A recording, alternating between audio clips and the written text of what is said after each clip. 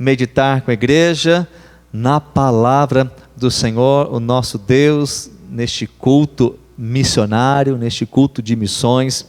Sempre como culto de missões, temos como desejo refletir na sua palavra, na palavra de Deus, de modo que sejamos motivados a fazer a obra do Senhor, a desempenhar, a realizar a obra de Deus.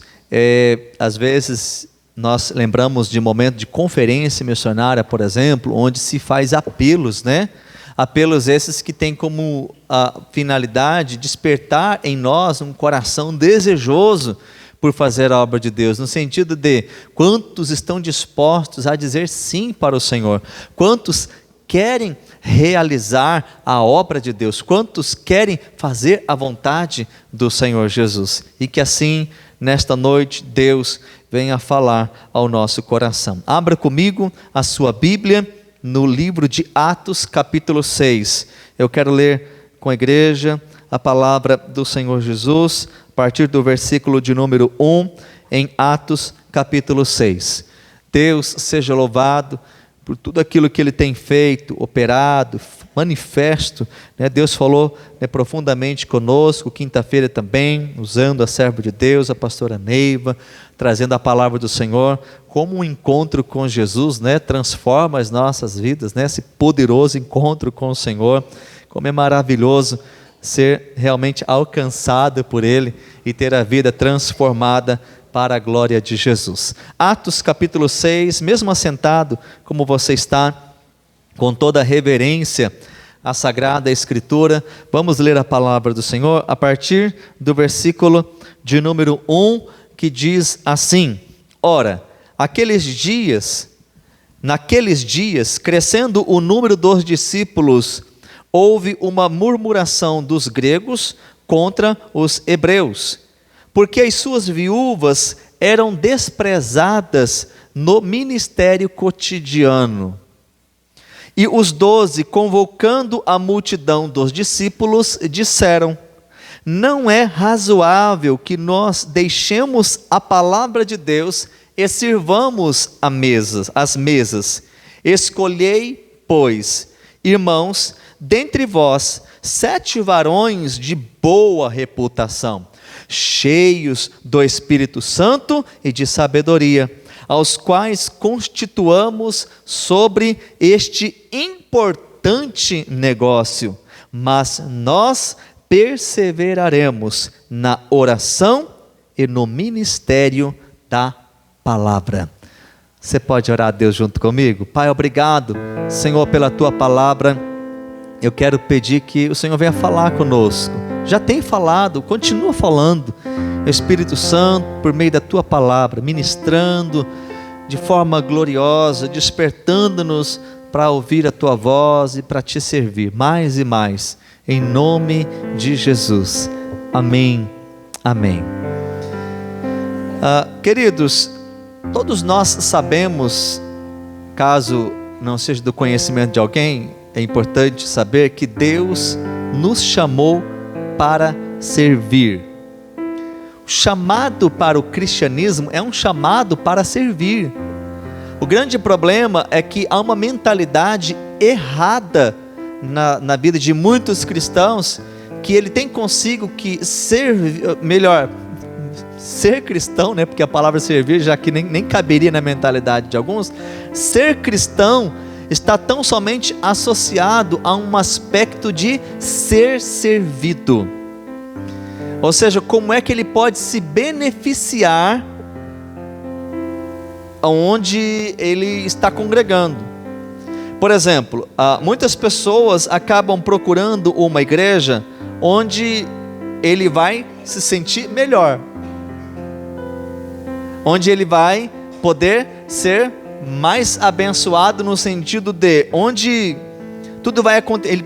Se tem ar-condicionado, se o banco é almofadado, né? Se a igreja tem isso, tem aquilo, então essa igreja é boa, porque ele está visando ser servido. Eu me lembro de uma colocação por parte do pastor Ricardo Agreste no seu livro Igreja, Tô Fora, é o nome do livro, Igreja, Tô Fora, justamente como uma expressão de um entendimento errado do que é ser igreja. Porque ele contava, por exemplo, da época dos seus pais, já no ministério pastoral, nesse desejo de servir a Deus e tudo mais, em que as pessoas, quando iam para a igreja, por exemplo, e a exemplo de uma escola bíblica, um domingo pela manhã, a professora responsável pelo departamento infantil não pôde vir, e aquilo fez com que as crianças não tivessem aula ou escola bíblica dominical naquele dia, naquela manhã. E aquilo as crianças, né, por sua vez, não tiveram momento, gerou de certa forma ali, né, um transtorno, coisa e tal. E aí um dos casais da igreja, naquela ocasião, indo embora, deixa eu falar primeiramente a parte dos pais, né? Os pais dizendo, indo embora, pararam no sinaleiro e disse o seguinte: você viu bem? Disse a esposa. O quê? A professora não foi de novo. Eu ouvi dizer que ela não está bem de saúde, enxaqueca, problemas de saúde, e por isso ela, de última hora, ligou dizendo que não poderia ir domingo pela manhã.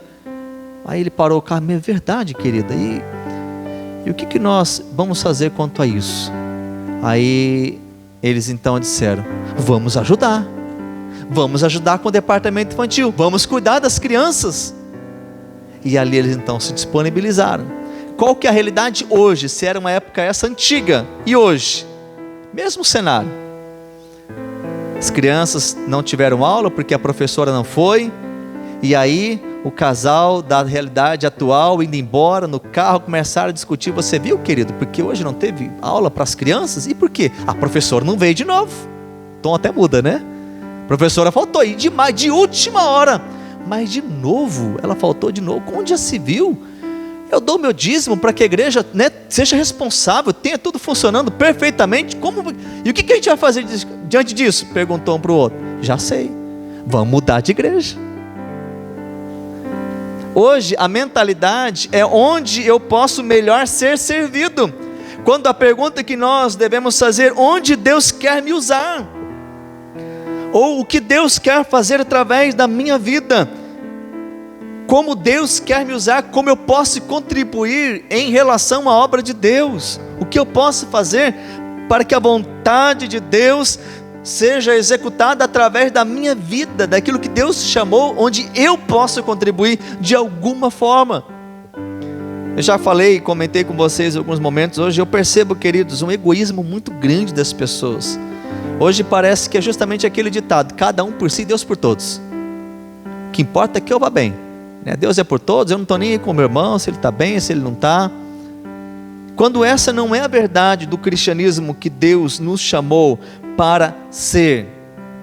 E isso é tão notório que quando, sabe aquela realidade de que quando você acha um dinheiro e devolve, as pessoas, né, chamam a imprensa, porque alguém devolveu o dinheiro. Quando o que era natural parece que ficou sobrenatural. E que roubar é o normal. O que você pegar, usufruir daquilo que não é seu é o que é o normal, e o que fazer o que é certo virou, né, algo raro de se ver, em extinção. Aí parece que quando você se preocupa com alguém, as pessoas até surpreendem. Obrigado por ter lembrado de mim, né? Obrigado por se preocupar, obrigado por ter deixado eu passar, obrigado por ter dado a vaga, obrigado por se importar, por olhar e ver que eu existo. Queridos, quando nós olhamos para esse texto, nós vemos claramente o quanto nós somos chamados por Deus para fazer a sua obra, para servir, para darmos frutos. Perceba bem que o texto está trazendo para nós um problema existente na igreja primitiva. Então logo pensa comigo, toda igreja tem problema. Não existe igreja perfeita. O que nós não podemos é concordar com a igreja conivente com o pecado. É diferente. Uma coisa é uma igreja que existe problemas por ordem de relacionamento, o ser humano é normal, dá problema, isso é fato em todo quanto é lugar. Outra coisa é problema por intenção, ou estar sendo conivente com aquilo, tolerante com aquilo, ignorante, ou ignorando o problema existente. É diferente, perceba? Mas problema, tudo é a igreja primitiva, que nos é exemplo de oração, estava lá, um problema. Qual que era o problema? estava vendo uma contenda, uma discussão, por ocasião, as mulheres de fala grega com as mulheres de fala hebraica, as dos judeus com as gregas, porque estava se dando mais sustento, cuidado com as viúvas, né, dos judeus de fala hebraica do que com os gregos, as viúvas de fala grega. E aquilo, por que elas estão tendo prioridade e as não? Perceba, desentendimento. Uma realidade existente na igreja primitiva que há hoje também. O que a solução não é nós fugirmos do problema. Eu não quero mais participar porque tem problema. Toda igreja tem. Às vezes é mais fácil a gente fugir, né? Tem problema? Vou mudar de igreja. Tem problema? Vou mudar de igreja. Você vai pulando. E você vai ver que aquela que você vai chegar também tem problema. Então perceba, queridos, que nós precisamos nos deixar ser conduzidos onde Deus quer, porque lá tinha problema, e eles vão lidar com aquele problema de forma que ele seja então solucionado, resolvido. É assim que nós, como cristãos, também devemos nos comportar. Temos problema, então vamos, arregaçar as mangas. Como que nós podemos mudar? É mais fácil fugir, é mais fácil deixar o problema, aumentar, ou que aquele que esteja, contanto que não seja comigo, aí o egoísmo, o problema não é comigo, então ele que se vire. O problema é lá com o departamento infantil, o problema é dele, o problema das irmãs, o problema é delas, o problema do pastor, ele que se vire. Mas será que esta é a realidade da unidade do corpo de Cristo, daquele que nós fazemos parte, todos, cujo cabeça é o Cristo, Senhor? É certo que não, porque todos são importantes. É por isso que eu chamo a sua atenção para diante do texto que nós lemos, queridos, para a gente poder meditar sobre essa verdade, que Deus quer nos usar, que Deus deseja que todos nós sejamos servos. Para meditarmos sobre o texto que lemos, que Deus quer usar a minha e a sua vida, que Deus deseja que todos nós sejamos servos.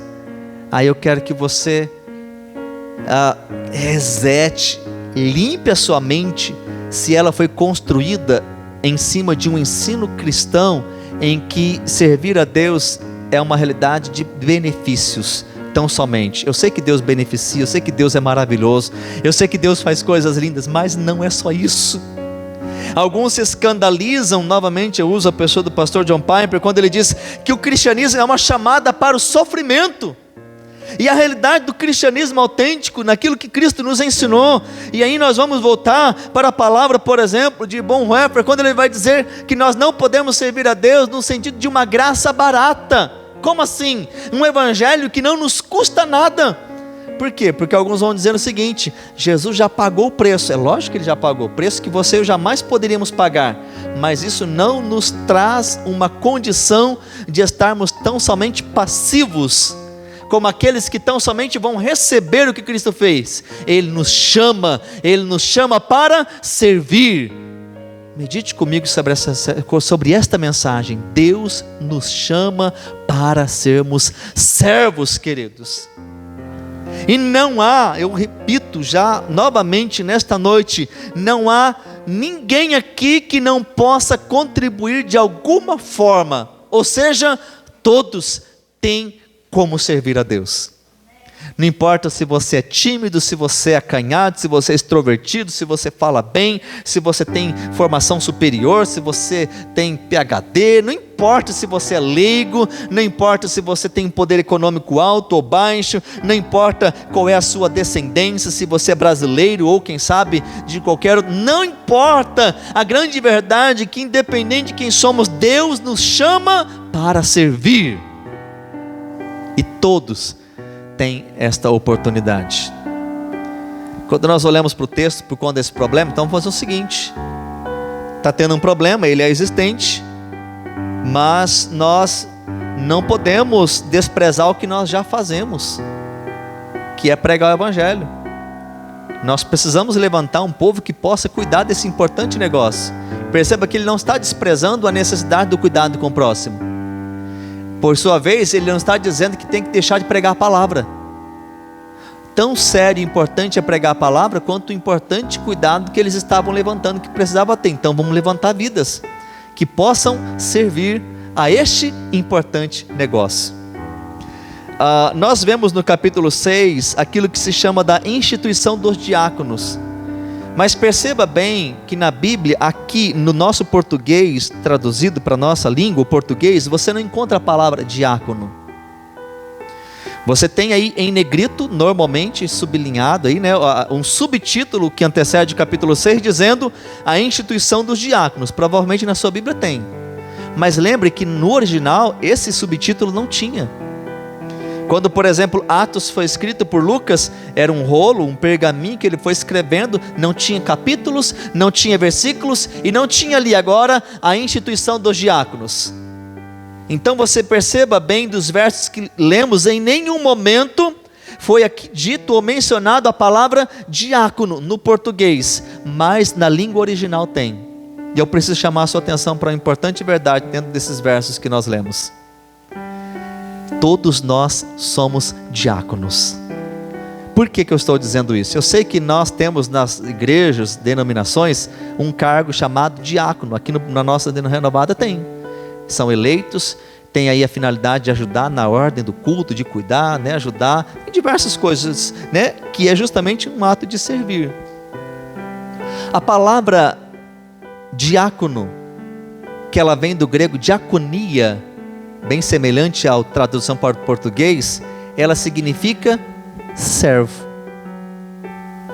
Ela tem justamente o significado da palavra servo, servir, até do verbo servir. Olha comigo, se você manteve a Bíblia aberta, no versículo de número 2.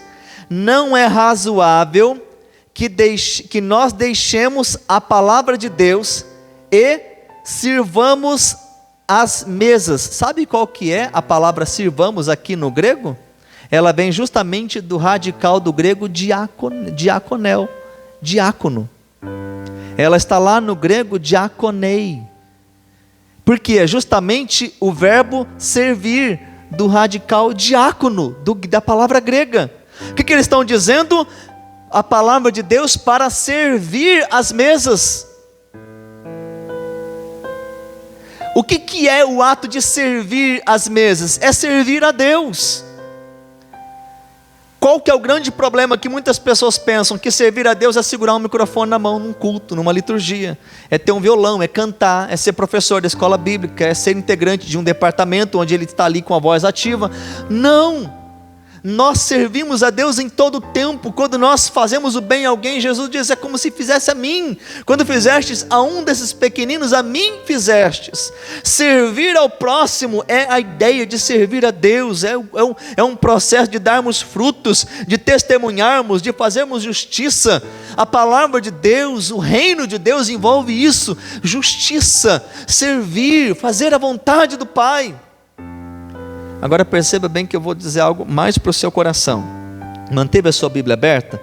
Porque no versículo de número 3 vai falar da instituição desses homens e que foram de fato eleitos. Nos versos abaixo fala desses homens que foram eleitos. 2 deles são mais conhecidos, que é Filipe e também aquele que foi apedrejado. Nós vamos ver na palavra de Deus aqui no versículo de número 5 e 6, os nomes deles. E Estevão é um deles. Esses homens foram instituídos, mas lembra quando ele diz, vamos levantar esses homens para servir diácono às mesas?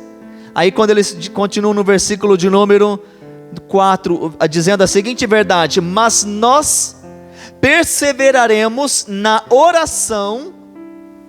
Quem que está falando aqui? Os apóstolos.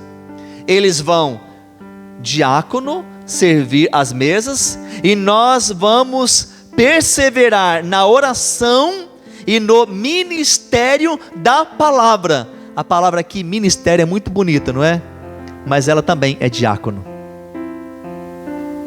Ela também vem do grego diaconia, diaconel, diácono, né? A palavra radical que vai ter as suas inclinações no grego.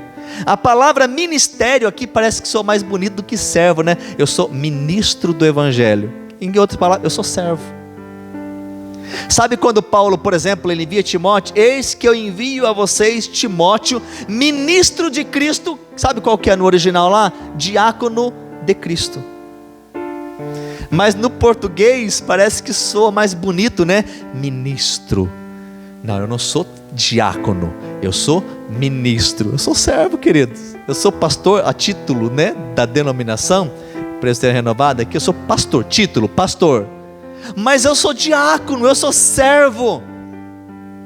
Eu fui, tal como você, todos nós, chamados para servir. E ele diz, olha, nós vamos perseverar na oração e no ministério da palavra. O que é? Pregar o evangelho, servindo a Deus, eles servem a Deus no alimento das mesas, e nós servimos a Deus no alimento da palavra. Nós também fomos chamados para ser diáconos. Queridos, é aquela ênfase, gosto dela, o pastor Jabel costuma dizer isso: se você não serve para mais nada, porque Deus nos chamou para ser servos. Quem é o maior exemplo disso, queridos? Jesus. Jesus é o nosso maior exemplo. A gente não tem que pegar o exemplo de Jesus só quando ele está, né, lá falando para a multidão. A gente pensa só nesses momentos, né? A multidão. Lembra de Jesus lá na última ceia, colocando a toalha no ombro, pegando a bacia e servindo, lavando os pés dos discípulos, irmãos. E ele diz: está vendo isso? Vão e façam o mesmo. Como diz, as mãos daquele que um dia criou o universo agora se curva para lavar os pés dos seus discípulos. Eu não posso fazer isso, porque eu sou pastor. Eu não posso varrer a calçada. Eu não posso, né, carregar os bancos da igreja para o trabalho das mulheres. Isso aqui sabe qual que é o mais ato lindo de servir? Não é aquele que é imposto e você vai e faz. É aquele que você se disponibiliza e diz: Senhor, pode contar comigo. É aquele que você tem prazer. Sabe por quê, querido? Servir a Deus, você não está sendo remunerado. Eu digo que eu sou pastor em tempo integral e tenho a minha remuneração, e louvo a Deus por isso. Mas a remuneração não é o foco. Eu não busquei o ministério, eu não fui para o seminário visando a remuneração. Isso pode ser uma consequência, mas não foi a finalidade, não foi o propósito. Isso já era algo antes mesmo de eu ser pastor. Desejo de servir, de chegar fazendo, arrumando fio, colocando o microfone no lugar, contribuindo. O que eu posso fazer? Mas parece que para alguns fazer é um peso. É ser servo, querido, é ser servo. E aí a diferença de uma empresa qual que é? Que lá na empresa você é pago, você tem que fazer. E aqui na igreja é disponibilidade. É dizer: Senhor, eu quero fazer alguma coisa, Pai, eu quero contribuir. Dá trabalho, mas é um privilégio, porque eu entendo que eu estou fazendo para o Senhor, eu entendo que eu estou fazendo para Deus, eu entendo que eu estou fazendo para o Pai. Não é para o pastor, não é para o irmão, não é para o fulano. Automaticamente torna-se servir o irmão, e isso também é bíblico, mas o foco principal é Deus, é o Senhor, é o Pai. Que privilégio, queridos, é entender isso. E Jesus é o nosso exemplo. A Bíblia diz lá em Filipenses que ele não teve por usurpação ser igual a Deus, mas esvaziou-se a si mesmo, assumindo a forma de homem, sendo servo, sendo obediente até a morte, e morte de cruz. Ele veio para servir. Você tem noção disso? Deus, voltando à última ceia, ele diz: olha, eu pergunto para vocês, quem é o maior? O que serve ou o que é servido? Aí ele diz: o que é servido. E aí Jesus diz o quê? Eu sou, porém, o que? Sirvo. Servo. É bom receber, queridos, mas é maravilhoso poder ser útil na obra de Deus. E eu digo, tem sim. Perceba que eles não ignoraram aquela necessidade. Ou seja, tem trabalho para todo mundo. É pregar, é um trabalho, é um servir. Você ir para o campo, é você ajudar o vizinho, você ajudar a viúva, você, né, tirar um papel do chão. Isso também é servir também. É sermos mordomos de Deus, cuidando do meio ambiente. Perceba que há tanta coisa para fazer, tanta coisa, que nós podemos ser úteis nas mãos de Deus. Por quê, queridos? Porque Deus nos chamou para sermos servos. e é isso que resulta em galardão. Haverá recompensa. Não pense que isso é em vão. Eu sei que isso já pode ser da nossa parte como um ato de gratidão, de reconhecimento do que Ele fez, mas saiba que haverá recompensa, haverá da parte do Senhor galardão. Talvez esse galardão para nós pode ser até um mistério. O que é melhor do que o próprio Cristo no céu, queridos? Qual é que benfeitoria eu terei melhor do que o próprio Deus comigo? O que é que vai ser melhor, que vai me desviar a atenção do Senhor Jesus da minha vida na eternidade com Ele? Mas eu não sei que tipo de galardão é esse, eu não sei que proporção será essa, mas se vem do Senhor tudo é muito bom. É um privilégio. Mas sabe o que é lindo? Deus abençoa as nossas vidas ainda nesta vida. Porque toda vez que nós nos disponibilizamos, Senhor, pode contar comigo. É para puxar banco, é para varrer, é para lavar o banheiro, é para lavar um copo, é para servir, é para colocar um cartaz, é para editar um vídeo, é para subir é para compartilhar um post. Não sei, queridos, é para Deus. Você está fazendo para o Senhor?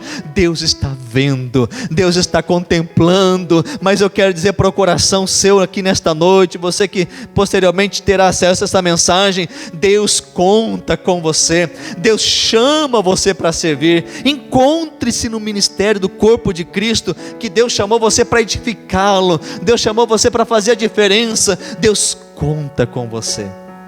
E eu repito, como eu disse, não importa se você é tímido, se você fala em público, não importa quem você é, Deus conta com você, e você pode contribuir com a obra de Deus.